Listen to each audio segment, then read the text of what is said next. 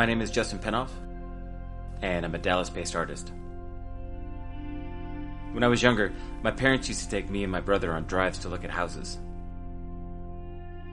Growing up in Ohio, I became influenced by the architecture of the Midwest. The older, simple clapboard houses were familiar and clear in their purpose. I think most people can relate to the idea of the home. They understand its implications. A house, its interiors, are acted upon. They become the stage for personal and collective narratives. Its features become familiar to us. The feel of wallpaper, the number of steps to the landing, the movement of a window sash. A house absorbs our interactions, recording them on its surfaces. It is the character of the home. My artwork takes these familiar elements and distorts them, pushing the object and the narrative into ruin. I work a lot from photographs, places that I've been. The sculpture will often start at a focal point and build out from there in layers that make structural sense. I'll have a sketch of where I want each piece to go, but I'll further push the material during the build to emphasize angles or texture. My work in this exhibition comes from two separate series. The Ghost series explores delicate remnants of vacated inhabitants. Curtains still hung in the windows, a light on in the hallway. The Egress series is my ongoing interest in windows and their pull between what is interior and exterior.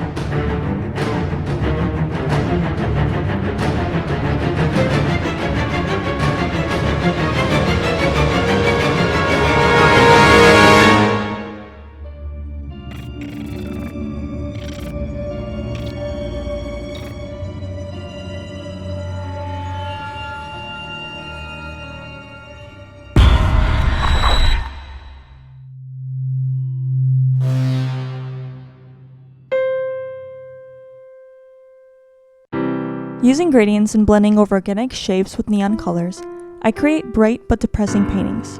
Bold colors evoke a futuristic presence with a sense of hopelessness. My experiences as a youth and adolescent have profoundly influenced the imagery that permeates my artwork.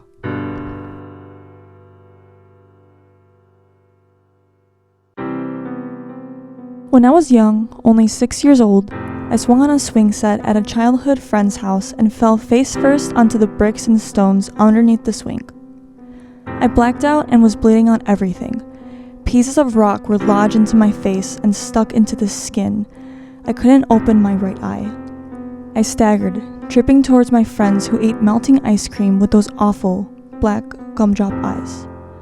Knowing the permanence of damage this would last, I looked in the mirror and said, "I'm going to be ugly forever."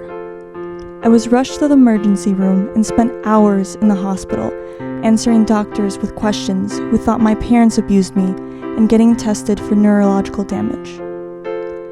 My black eye was closed shut for a month, and I was unsure if I could see through it again. It permanently affected my vision. I would sit at home and compulsively pick out the stone pieces in my face and peel at the scabs until it bled and scarred. The bruises would change colors of deeply saturated yellow, green, and violet. I refused to leave the house or have anyone see me. I only left to go to movie theaters, and I even wore sunglasses indoors.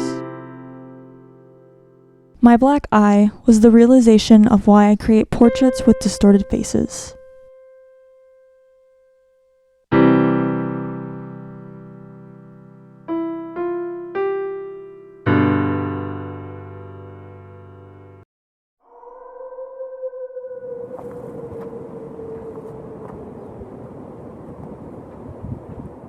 Hi, my name is Randy Roki, and I'm excited to be part of the Dangerous Lullabies show this year. I'm super stoked about it. I have two pieces in it. I've got one, it's called Mask, and I have another one that is called Detached. And yeah, I'm just really excited that I made it into the show. A little bit about myself. I currently live in San Francisco Bay Area. More specifically, I live in Pacifica, which is a small beach town about 10 miles south of town. I've been here for a couple years. Been around the Bay Area for about 25 years. Where I've moved here from Reno originally, where I was formerly a screen printer in Reno when I was a youngster, and that's where I learned the craft. And also screen printing was a way for me to figure out what I wanted to do for a living and figure out where I wanted to go in life. And kind of a late bloomer with all this stuff. I originally went to art school, got my degree, and I did a double major, got my degrees in graphic design and painting. And ever since graduating, I've been working in San Francisco, mostly as a visual designer. I've been designing a lot of websites, a lot of print work, events, you name it, in terms of visual design. And the two pieces that I have in the show are part of a larger series. That larger series is what I call Wasted. And Wasted is, the concept is that it deals with a lot with the issues surrounding alcoholism and the effects that it has on people emotionally and physically. Totally bummed that I can't be there. It sounds like Woodstock, Illinois is a really cool place. And you know, with this whole COVID thing going on, I'd be there. I would be there. That's kind of me in a nutshell. And again, enjoy the show. And I can't wait to possibly meet everybody online at some point, all the other artists. What I've seen so far has been some really outstanding and stunning work. And it just sounds like it's going to be a lot of fun. Feel free to check out my website. It's randyroki.com/fineart. And there's a lot of other stuff in there besides those two pieces that are in the show. So yeah, enjoy and cheers. Thank you so much.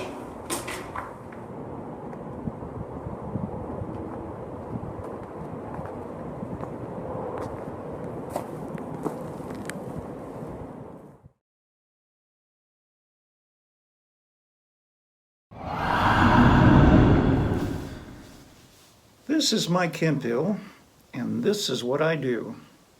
It's called assemblage work. Now, what is assemblage work? Well, it's basically a combination of painting, collage, and sculpture. I like painting, I like collage, but I don't like sculpture. I don't like all that yucky stuff you get on your hands. Why do I do assemblage? Well, because it's fun. When I was a little kid, I'd buy these models, and I'd throw them out on the floor and put them all together, and then I'd paint them up and then stare at them for 2 or 3 days and then forget about them, which is kind of like what I do with art today. But there was a funness to it, and I liked the putting it all together, and that's what happens with assemblage. There's a search that goes on. That's just an enjoyable thing that happens. And then after you find everything and where it should go, then you get to paint it up. And it's just different from painting and drawing. It's just more tools you have to play with. My work is all biographical. I do nothing that's social work or considered social or political in any way. Everything is from either something I've experienced in my personal life or my family member or close friend or something, but nothing. I don't paint from the outside in. It's always from the inside out. As far as a biography is concerned, well, I'm not going to tell you how long I've been doing this because you'll say, that guy's that old. What I will tell you is that I've had several solo shows. I've been in a number of juried shows. I've had 3 honorable mentions. I've had a 5th place win, and I've had a 3rd place win. Where the hell's that 1st place win? Anyways, I'm looking for that one, but it'll come eventually. You can check all this out at mhemphill.com, which is my website. And if that sounds like an advertisement, that's because it is. Anyways, I think that's about all I have to say here, except that the piece behind me, see this guy up here? This is titled His Second Overdose. Thank you.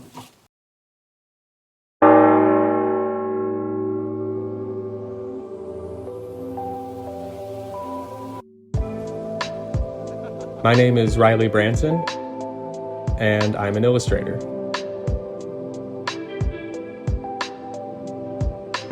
I work mostly with ink pens and washes on white paper to give my work a classical feel.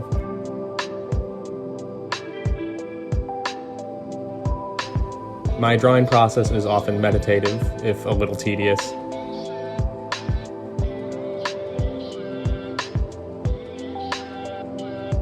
I like to place focus on intricacies and details within vast environments.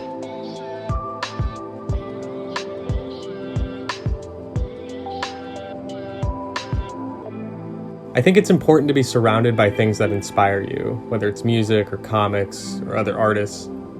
A lot of my ideas start at my book collection. I like stories that are whimsical with dark undertones. It's that kind of narrative that I want to imbue within my own illustrations. My piece featured in the show is called Palace. It's from my series of house drawings. Palace is unique because it blends immaculate architectural structures with forms that are organic and biological, partly inspired by the works of H.P. Lovecraft and William Hope Hodgson. The piece is dense, delicate, unsettling, and enchanting.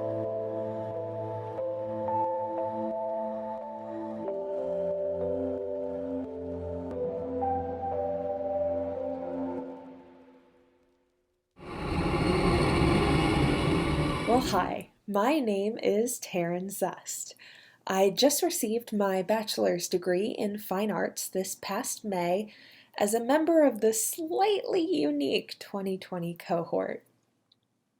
I jump around a lot in my practice, doing drawing, sculpting, printmaking, and a little bit of painting. I have a tendency to base my art around a central idea and decide from there what media I believe would best capture what I'm hoping to accomplish or evoke. The connective thread in all of my work, no matter what I'm creating, is in building a sense of empathy for the other. Be it monstrous, uncanny, or downright odd, I'm constantly seeking to explore the ways in which monstrous forms allow us to better understand ourselves and to connect to those around us. I think Guillermo del Toro said it best when, in his Golden Globes award speech, said, "Monsters are the patron saints of our blissful imperfections." My work often features obscured or altered faces. Your eyes are the window to your soul and all of that. It's the first thing we tend to look towards to try to build an immediate connection and sense of that other person.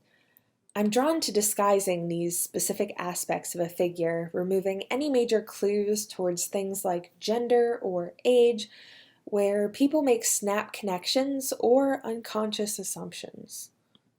In terms of inspiration, it probably seems obvious that quarantine weighed heavily on my mind, as I think it did on most everybody. I wanted to capture a glimpse of that feeling of isolation, of the figure being entirely twisted up in themselves, having a quiet moment of introspection, of grief, of anxiety. Proxy Isolate is a cold cast resin piece. I begin sculpting in clay and from there make a silicone mold and hard shell so it doesn't wobble around while I'm working on it. From there, I brush the mold with metal powder. For this piece, I use brass and copper powders. I then mix dyes, more metal powder, and resin together and cast it. After a lot of polishing, patinas, and protective wax, the final piece imitates the look of actual foundry castings. So that's my piece, and thank you for your time. And an additional thank you to Joe and Kathleen Isaacson for putting together this show.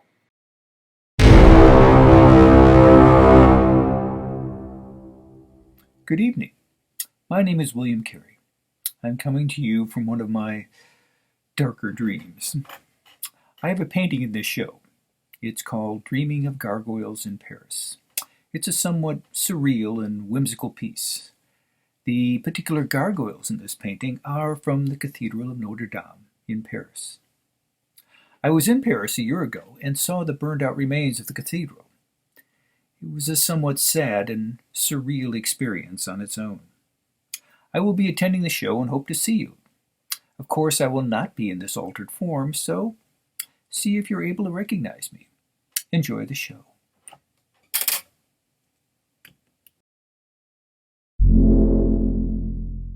Hey y'all, my name is Randy Watson Smith. I'm 29 years old and I'm an artist living and working in Bangor, Maine.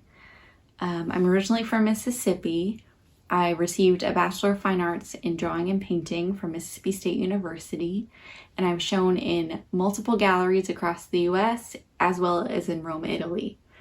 And I'm really excited about the Dangerous Lullabies exhibition and a little bit about my work. It's called It's Midnight Good Morning. It's an acrylic painting on collage on board. So a bit about the process of how I do most of my work. I'll usually do a collage and I'll paste it onto a panel or board, and I'll draw and paint right on top of it. So I'll usually start with really rough thumbnail sketches. I usually work from photo references. So in this case, it's a self-portrait. So I just did a bunch of photos of myself. And so yeah, I just drew directly from that. And it sort of grew from there. So basically what it's about, as you could see, there's a lot of really chaotic, sort of dangerous looking events sort of happening around me. A coyote stalking me. I'm touching a bunch of really poisonous flowers, and there's a tornado coming straight at me. So this piece is technically a sort of a metaphor for the grief and feelings of helplessness I felt as a woman growing up in the rural South. So basically my art is a form of therapy for me, and I'm really excited to share it with you. And I hope you enjoy it. So thanks.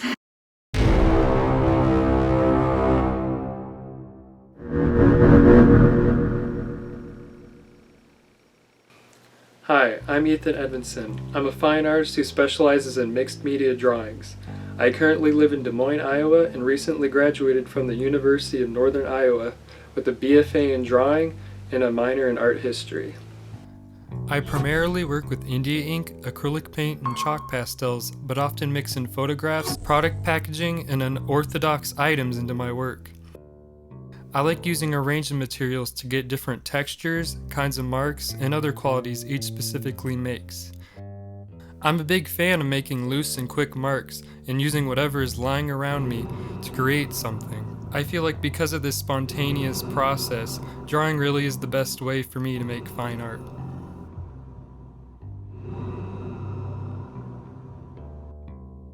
I also make strange videos as well by layering different drawings and highly edited clips together. Sometimes it's new footage, and sometimes it's footage I've recorded in the past and then manipulated into a new context. A lot of the ideas for these come from just listening to music and then chopping it up and thinking of visuals that would go well with it. Sometimes there's a plot, and sometimes it's just to make the viewer feel a certain way. My piece in the exhibition is called Phantom Medics. I initially made a drawing of a guy partially in the dark and divided him into 7 different stencils. Then I used different colors of spray paint on each one. I intentionally used cheap paper when I made the stencils, so each time I would use them, they would deteriorate more and more, and the results would get messier and more expressive, especially when put together in a timeline from newest to oldest. My idea was to show this medic in a dramatic, somewhat creepy moment, but I wanted there to be some humor in it, so I made him have an exaggerated, comedic mid-action face where his bottom teeth are jutting out in distaste. Even when the topic in my art is emotional or dark, I like to have a sense of satire, like I'm making fun of something, or I'm having a playful joke with a close friend. My goal in each piece is to make it apparent how many thoughtful decisions I made and how much time I put into crafting it, but I also want to make sure the viewer has fun viewing it too.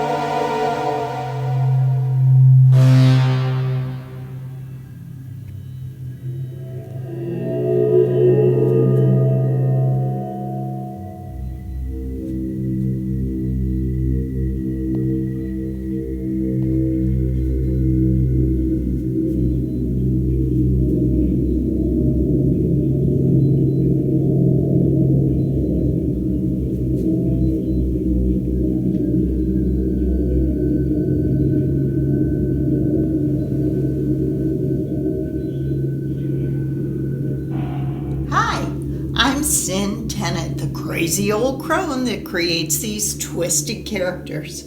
I'm a self-taught artist and have been dabbling in paper clay sculptures and assemblage for about 4 years. I've recently tried my hand at some quirky painting using acrylics, and I'm finding that to be a lot of fun as well. I tend to create the stuff of my dreams and my nightmares, which makes my husband nervous. I've been happily married for 37 years. My husband Lance has been so supportive of this journey. He retired this year and has rekindled his interest in painting. I often call upon Lance to engineer some of my pieces, and he's always happy to oblige. Happy wife, happy life. This year, we completed our new art studio, which has been an absolute gift to my creativity. We share this space with a lot of crazy characters, but the more the merrier, until they find a new home. You can look for us at my website, www.sintenant.com. Thanks. Well, thanks for taking a look.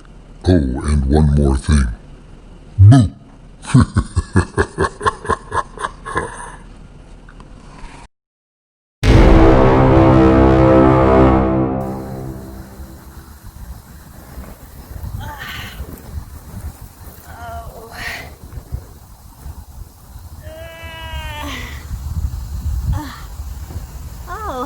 Hello.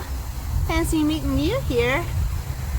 I'm Jennifer Gleason. I'm a photo artist based in Cleveland, Ohio, and I have been selected to exhibit in the Dangerous Lullabies 6th annual show in Woodstock, Illinois. These two pieces here behind me are the two pieces that have been selected. Like I said, I'm a self-portraitist, a photo artist, which means that I create artwork based upon photos that are layered together to create my ultimate composition. This piece here is in my ongoing series on addiction. It's called Bound to Delusion, where I am trapped and fighting feverishly to get out of my addiction and the high that I'm on, which apparently does not seem like it's a lot of fun. Ultimately, it landed me here, right? But there's a little bit of hope in every piece of work, where there's a key right here within her grasp. The other piece that has been selected is called Rotting Fruit. It's right here. This piece here is about also in the addiction series, is about the degradation and the rot and decay of the human body along with the psyche, as well as with the relationships as a result of addiction. So I look forward to talking to you a little bit more about that and my process, and I look forward to meeting you in Woodstock, Illinois at the old courthouse building on 10/10/2020. Until then, this girl needs her beauty rest. I'll see you there. That looks good.